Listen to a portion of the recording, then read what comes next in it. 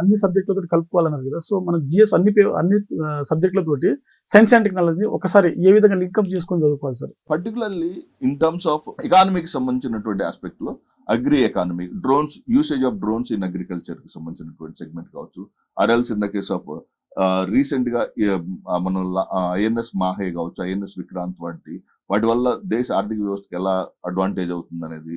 Okay, and international relations లో ఎస్ఎన్టీకి చాలా చాలా ఇంపార్టెన్స్ ఉంటుంది. పర్టికులర్లీ రాఫెల్ యుద్ధ విమానం, ఓకే, దుబాయ్ ఎయిర్ షోలో ఎల్సిఏ తేజస్ క్రాష్ అవటం కావచ్చు, లేకపోతే రష్యా నుంచి మనం ఎందుకు ఈ S-400 అన్నటువంటి ఎయిర్ డిఫెన్స్ సిస్టమ్ ని మనం ఇంపోర్ట్ చేసుకున్నాము.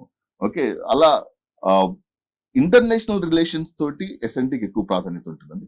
ఎన్విరాన్మెంట్ ఎకాలజీ తోటి కూడా ఎస్ఎన్టీకి ఎక్కువ ఇంపార్టెన్స్ ఉంటుంది. Okay, so particularly in terms of దానికి ఒక స్పీసీస్ ని ఐడెంటిఫై చేయడంలో కావచ్చు, ఆ స్పీసీస్ దాని యొక్క జనాభాని లెక్కించడంలో కావచ్చు, దీనికి చాలా చాలా ప్రామినెంట్ ఉంటుంది. అట్లా ఒక్కొక్క టాపిక్ ని ఎస్ఎన్టీని ఎన్విరాన్మెంట్ ఎకాలజీ తోటి, ఎస్ఎన్టీని we can interlink with international relations తోటి, అండ్ పార్ట్లీ ఎకానమీ తోటి మనం లింక్ చేసుకోవచ్చు. ఫర్ ఎగ్జాంపుల్ మీరు చూస్తే ఈ ఎస్ఎన్టీలో మల్టిపుల్, అంటే you cannot able to separate SNT as individual topic. Multiple areas తో కనుక ఇంటర్లింక్ చేసుకోగలిగితే, ఫర్ ఎగ్జాంపుల్ మిగ్, ఎగిరే శ్మశానం ఆర్టికల్ గా పిలువబడినటువంటి మిగ్ ని ఎందుకు క్లోజ్ చేశాము, ఎందుకు మనం F-21, F-22 ఎందుకు కొనుక్కోలేకపోతున్నాము, ఆ ప్రాసెస్ లో మనం ఎల్సిఏ తేజస్ ఎందుకు వాడాము, ఎల్సిఏ తేజస్ మనం ఫోర్స్ఫుల్ గా ఎందుకు వాడాల్సి వచ్చింది, దాంట్లో ఉన్న లిమిటేషన్స్ అన్ని కూడా ఇంటర్ రిలేషన్స్ తోటి ఎస్ఎన్టీ కొంచెం ఎక్కువగా కవర్ అవుతుంది. మెయిన్స్ లో ఎస్ఎన్టీ పాత్ర ఎట్లా ఉంటుంది సార్ ఒకసారి? పర్టికులర్లీ యూపీఎస్సీ మెయిన్స్ కి వచ్చేసరికి 3 క్వశ్చన్స్ మాక్సిమం ఎక్స్పెక్ట్ చేయొచ్చు, పర్టికులర్లీ ఫ్రమ్ యూపీఎస్సీ మెయిన్స్, అంటే 12.5 మార్క్స్. ఓకే, సో దాంట్లో అగ్రికల్చర్ కావచ్చు ఇలా. అయితే ఈ మధ్య కాలంలో వస్తున్న రీసెంట్ ట్రెండ్ ఏంటంటే జాగ్రఫీలో ఎస్ఎన్టీ రిలేటెడ్ క్వశ్చన్స్ అవుతుంది. For example there was a question in 2019 లో